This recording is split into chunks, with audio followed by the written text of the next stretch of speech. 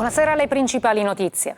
Per la prima volta dopo 12 anni dalle indagini su Mario Biondo, il palermitano trovato morto nella sua abitazione a Barcellona e archiviato come suicidio, un tribunale spagnolo apre all'ipotesi dell'omicidio più volte chiesta dalla famiglia.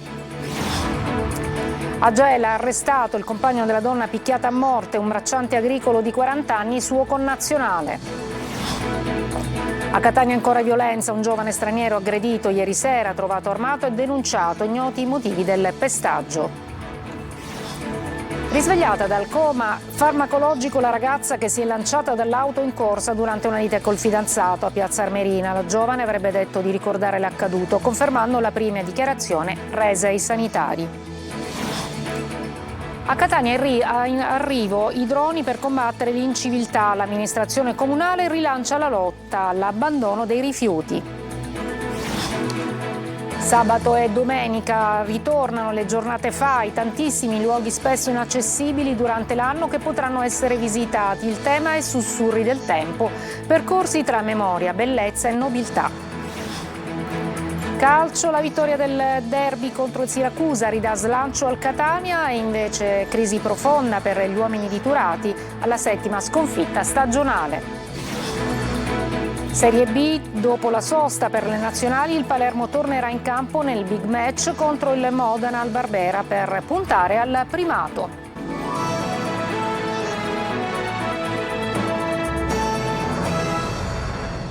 Buonasera, e dunque per la prima volta dopo 12 anni dalla morte di Mario Biondo, un tribunale spagnolo, e precisamente quello di Madrid, apre all'ipotesi dell'omicidio. Sentiamo Lorena Dolci.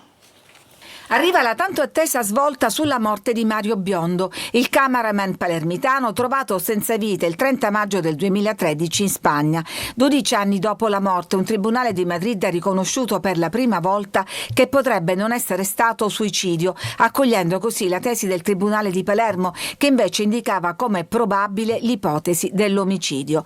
Nel provvedimento si parla di una denuncia contro determinate persone, di numerose prove, ma i giudici spagnoli respingono l'appello dei familiari della vittima, poiché il fatto è passato in giudicato. Il cameraman italiano venne ritrovato morto impiccato ad una libreria nella casa in cui viveva con la moglie, la presentatrice spagnola Raquel Sánchez Silva, che però era in viaggio. In Spagna il caso fu subito archiviato come suicidio, ma la famiglia Biondo ha sempre contestato questa conclusione. Il tribunale di Palermo ha archiviato l'inchiesta per decorrenza di termini, affermando però che c'erano degli elementi per far pensare ad una messa in scena per coprire l'omicidio. Giovedì a Barcellona la famiglia Biondo terrà una conferenza stampa per diffondere i dettagli della vicenda e annunciare il ricorso davanti al Tribunale Costituzionale. In parallelo chiederanno anche i danni all'amministrazione della giustizia per la cattiva gestione dell'inchiesta, dell'autopsia e per la decisione finale di archiviare il caso. Un omicidio a Gela nel quartiere San Giacomo. Una donna di 64 anni romena è stata picchiata a morte dal compagno, un bracciante agricolo suo connazionale. L'uomo è in carcere accusato appunto di omicidio volontario. Gera Italia. Sarebbe stata uccisa al culmine di una lite nella sua abitazione di Gela, nel quartiere San Giacomo. La vittima è Veronica Abasa, 64 anni, cittadina romena. A colpirla, secondo gli inquirenti, sarebbe stato il convivente, anche lui romeno, un bracciante agricolo di 40 anni. La tragedia si è consumata nella notte del 17 settembre, al termine di una violenta lite, forse amplificata dall'alcol. I vicini, allarmati dalle urla, hanno chiamato i soccorsi, ma per la donna non c'era più nulla da fare. L'uomo è stato fermato poche ore dopo e adesso si trova in carcere. Durante l'interrogatorio avrebbe fornito una propria versione dei fatti. L'autopsia ha confermato che la donna è morta per le gravi ferite riportate durante l'aggressione. Un nuovo episodio di violenza domestica che sconvolge la città. Domani la procura di Gela terrà una conferenza stampa per illustrare i risultati dell'indagine. Nuovo colloquio con gli inquirenti per il 17enne rapito il 25 settembre alla periferia di Vittoria, liberato dopo 24 ore nei pressi del mercato ortofrutticolo. Il giovane è stato nuovamente convocato in commissariato. Gli inquirenti gli hanno posto alcune domande e hanno chiesto anche chiarimenti su alcuni dettagli dell'episodio di cui è stato vittima. Non sono emersi particolari sui contenuti. Dopo 11 giorni comunque le indagini proseguono senza sosta. Adesso a Catania un giovane straniero è stato aggredito ieri sera, i poliziotti intervenuti lo hanno trovato armato, lo hanno denunciato. L'episodio riporta l'attenzione alla violenza nel centro storico. Eva Spampinato. Un'altra serata di paura nel centro storico di Catania. Un giovane straniero è stato preso a botte da 3 persone in via Lavandaie, alle spalle di Villa Pacini, proprio sotto gli occhi delle persone che passavano da lì. I motivi ancora sconosciuti. Sono stati proprio i passanti, sconcertati da quello che stava accadendo, a lanciare l'allarme alla polizia. Quando gli agenti sono arrivati hanno visto delle persone darsi alla fuga. Il giovane extracomunitario con permesso di soggiorno è stato portato al pronto soccorso con diverse ferite, ma allo stesso tempo è stato denunciato perché lo hanno trovato in possesso di un coltello. Il pronto intervento degli agenti ha evitato il peggio, ma la preoccupazione resta alta. Negli ultimi mesi si registrano aggressioni sempre più frequenti nel centro storico. Spesso si tratta di liti tra stranieri, quasi sempre con armi in mano. Solo pochi mesi fa un altro accoltellamento in Corso Sicilia e prima ancora una lite tra posteggiatori abusivi degenerata in aggressione mortale. Andando ancora a ritroso una donna aggredita mentre passeggiava in centro. La questione sicurezza nel centro storico diventa sempre più pressante. Cittadini e turisti chiedono più presenza delle forze dell'ordine e sistemi efficaci di prevenzione. Occorre disinnescare il clima di paura che serpeggia nelle strade della città. A Palermo c'è un nuovo collaboratore di giustizia nel quartiere di Brancaccio. Le dichiarazioni del pentito potrebbero scompaginare il mandamento che ha nel pizzo una delle prime entrate economiche.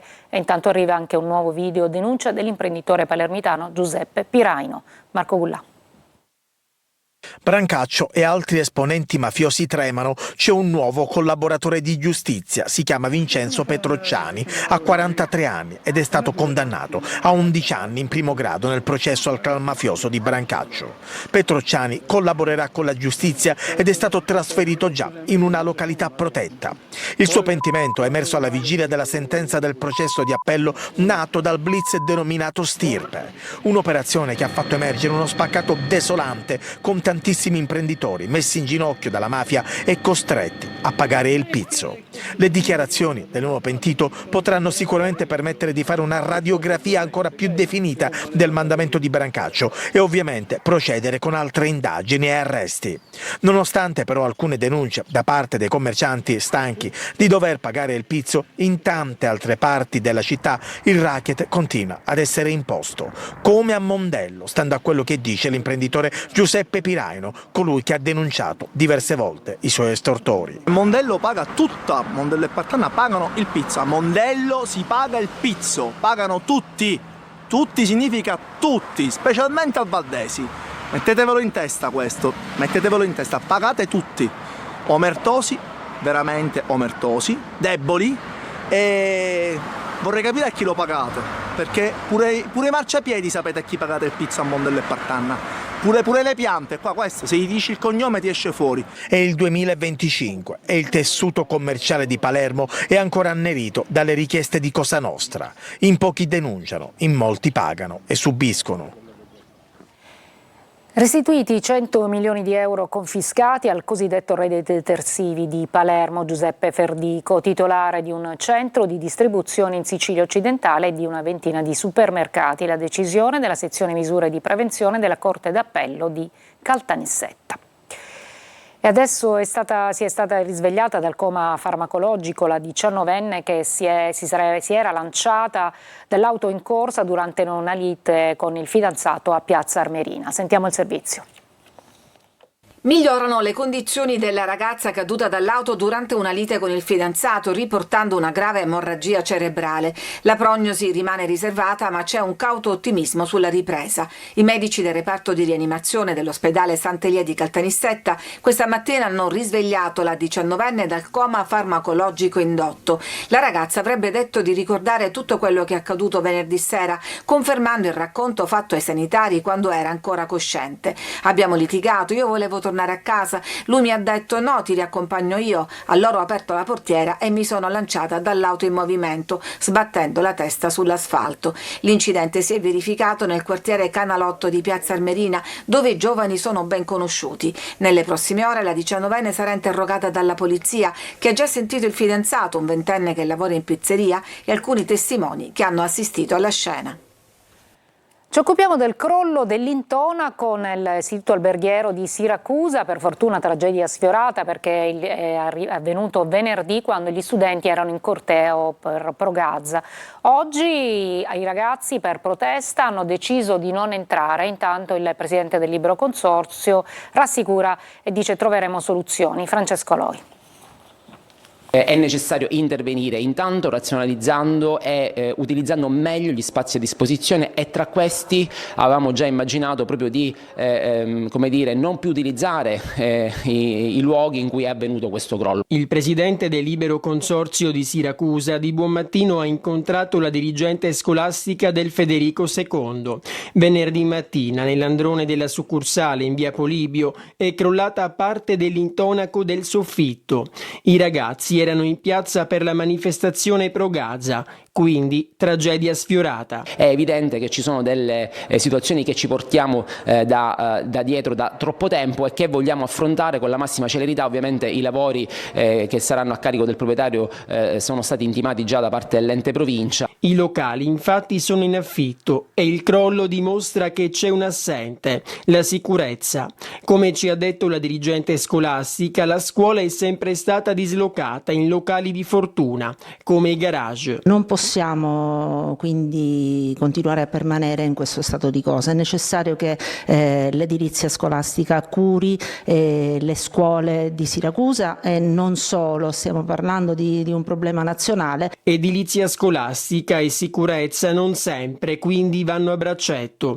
Per questo gli studenti hanno deciso di non entrare in classe. Siamo stanchi e scegliamo di manifestare, di far sentire la voce studentesca, appunto perché non ci sentiamo al sicuro nelle scuole. A combattere l'inciviltà a Catania arriveranno anche i droni. L'amministrazione comunale continua e rilancia la lotta all'abbandono dei rifiuti. Dopo i nuovi vigili assunti, in arrivo nuove iniziative di contrasto. Desiree Ferlito. A breve faremo un intervento importante con di videosorveglianza, faremo un acquisto importante e speriamo che con questi accorgimenti e confidando sempre nella collaborazione e nella sensibilità dei cittadini possiamo migliorare. Anche droni contro gli sporcaccioni. L'amministrazione Trentino potenzia le forze in campo contro l'inciviltà e presto 20 droni entreranno in azione a Catania per presidiare il territorio dall'alto su percorso tracciato, con l'obiettivo di scovare gli abitué del sacchetto abbandonato. Altre 40 telecamere fisse agiranno invece nelle zone più sensibili della città, dove sono presenti delle vere e proprie discariche a cielo aperto, mentre altrettante fototrappole saranno spostate di zona in zona per contrastare i cumuli di rifiuti ormai presenti anche nelle aree più centrali della città. Le fototrappole, spiega l'assessore all'ambiente Massimo Pesce, agiranno con un raggio di azione di 40 metri, estrapolando il reato. Lo scatto velo-incivile verrà poi trasmesso direttamente alla centrale operativa. Queste novità aspettano la delibera del Consiglio Comunale attesa nei prossimi giorni e potrebbero essere in funzione entro un mese. Dopo l'arrivo dei 100 nuovi vigili a Catania, dunque, l'amministrazione continua e rilancia con questa importante iniziativa, finalizzata al rispetto delle regole in città, che spesso regala cartoline poco edificanti. A Messina matrimonio celebrato ma mai trascritto. La scoperta di due coniugi all'atto della separazione ha portato tutti in tribunale, compreso il parroco. Francesco Triolo. Davanti a quest'altare hanno detto sì, promettendosi amore eterno, un amore durato poi appena un anno. Quel matrimonio celebrato qui nel santuario di Montalto nel 2009 però per lo Stato non è mai avvenuto perché l'atto civile non è stato trascritto dal parroco Don Lorenzo Campagna. Non ci sono quindi effetti legali e civili. Così due sposi non sposi sono finiti in tribunale con la donna che ha chiesto all'ex marito il risarcimento delle spese sostenute tra cerimonia, viaggio di nozze e mobili per la casa, ma il tribunale ha respinto il ricorso. I tre giudici del primo grado, secondo grado e Cassazione hanno ritenuto non foriera di danni per la mia assistita. Don Lorenzo Campagna, oggi 86enne, è restio a parlare. Lo fa nella sua stanza della canonica di Montalto, solo, senza essere inquadrato. E in mezzo a tutte quelle pratiche mi è sfuggito di far pervenire l'atto di matrimonio al comune. Ma tutto questo non sarebbe successo se i coniugi da me ripetutamente avvisati e sollecitati anche dal comune avessero effettuato la trascrizione tardiva consentita dalla legge. Ed era questa infatti la soluzione, effettuare una trascrizione tardiva con la firma dei due, ma l'uomo ha deciso di non firmare quel matrimonio, è proprio il caso di dire, non sa da fare. Una breve pausa, poi alla scoperta delle giornate, con le giornate del FAI, appunto, che ci porteranno nei luoghi più belli delle città siciliane.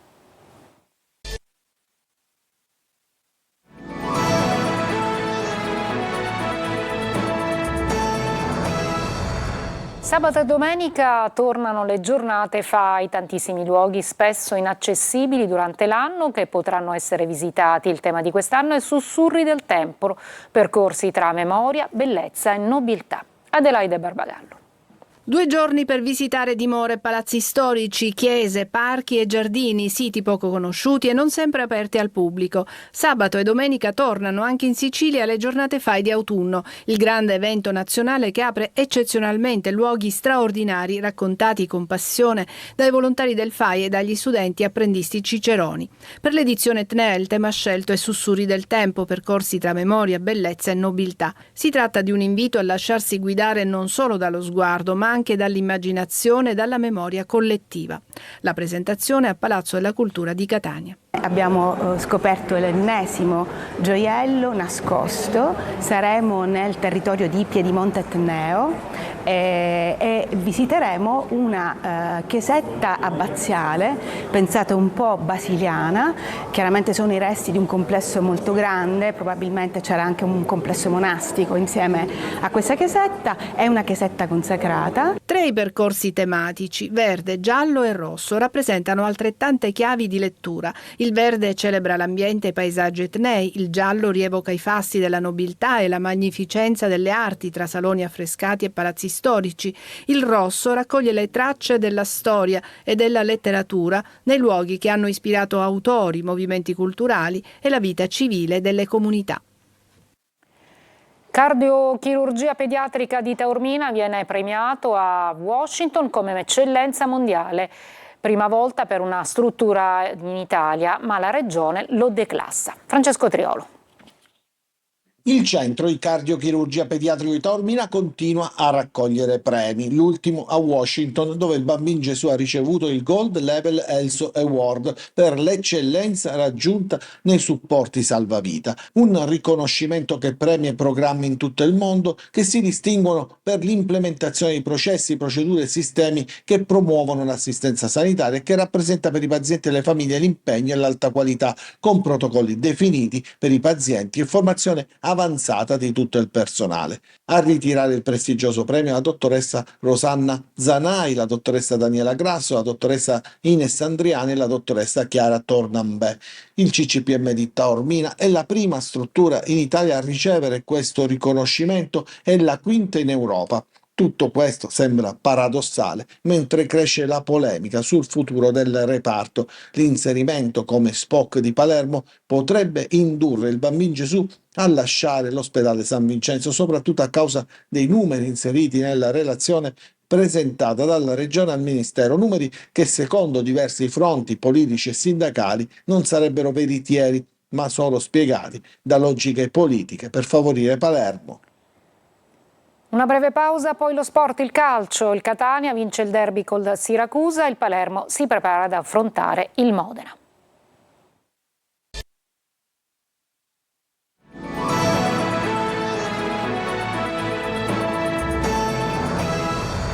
Eccoci al calcio, il Catania vince 2-0, il derby col Siracusa, soddisfatto Toscano, meno Turati. Per il Catania il ritorno alla vittoria dopo un mese, mentre invece per il Siracusa la 7ª sconfitta stagionale. Marco Carli. Un gol per tempo, 2-0 finale, nessun rischio corso. Il Catania torna ai 3 punti con un piano tattico studiato in settimana ben eseguito che non ha soddisfatto i tifosi dal punto di vista del gioco, soprattutto nella fase iniziale del secondo tempo, ma che per meriti propri e demeriti del Siracusa racconta di una partita vinta alla fine giustamente. Devo fare i complimenti ai ragazzi perché secondo me hanno fatto una partita perfetta, hanno interpretato il piano gara che avevamo preparato durante la settimana, perché se non affronti il Siracusa in questa maniera ti crea sempre pericoli. Igor, l'ormai solito lunetta, aveva detto prima della partita basta giocare, il ruolo conta poco, lo dimostra anche nel derby. Quinto gol stagionale. Nella ripresa l'altro bomber, anche se di mestiere fa il difensore, Mario Ierardi, destro preciso e soprattutto l'intuizione di seguire l'azione. Terzo gol in campionato. Siracusa, poco, anzi nulla in attacco. Settima sconfitta, ma soprattutto la prestazione non ha convinto Turati, nonostante una squadra che ha tenuto per diverse fasi il pallino del gioco. Noi non siamo stati assolutamente bravi e non siamo stati brillanti come in altre occasioni ad impensierire la difesa avversaria, quindi andiamo via molto rammaricati da qua. In casa Catania c'è il ritorno di Caturano, accolto trionfalmente dal pubblico. Ha avuto 2 occasioni, non le ha concretizzate, ma le sensazioni, dice, sono positive. Sono molto orgoglioso di indossare questa maglia e penso che tutta la piazza se ne sia accorta, perché ci tengo tanto a dare una mano e un mio contributo a questa piazza, a questa società, a questi ragazzi che veramente se lo meritano. Serie B, adesso la sosta di campionato. Il Palermo tornerà in campo domenica 19 per il big match contro il Modena al Barbera. Da valutare il difensore Bani. Marco Gullà. Dopo una notte da primo in classifica, il Palermo è tornato secondo, scalzato dal Modena che ha battuto per 2-0 l'Entella. Poco cambia, dopo la sosta al Barbera ci sarà proprio il big match tra i rosanero e i canarini. Il 19 ottobre alle 15 i siciliani avranno la possibilità di controsorpassare il Modena dell'ex Di Mariano, titolare inamovibile della squadra di Sottil. I numeri esaltano l'operato del Palermo, soprattutto in difesa, con 3 soli gol subiti. L'ultimo segnato dallo Spezia, indolore, e che non ha inciso sul risultato finale. È importante perché secondo me con la difesa si vince i campionati. Peccato che abbiamo preso gol, perché un gol che non potevamo fare, diciamo, tanto. Terminato il tour de force, il Palermo può tirare il fiato. Inzaghi ha concesso 3 giorni di riposo alla squadra, che rientrerà in città mercoledì per la ripresa degli allenamenti al centro sportivo di Torretta. Mercoledì sono in programma gli esami per Bani. Il difensore ha sentito tirare il flessore della coscia sinistra ed è stato sostituito a metà primo tempo della gara con lo Spezia. Non sembra nulla di grave, ma le sue condizioni vanno valutate in vista della ripresa. È tutto, grazie per l'ascolto e buona serata.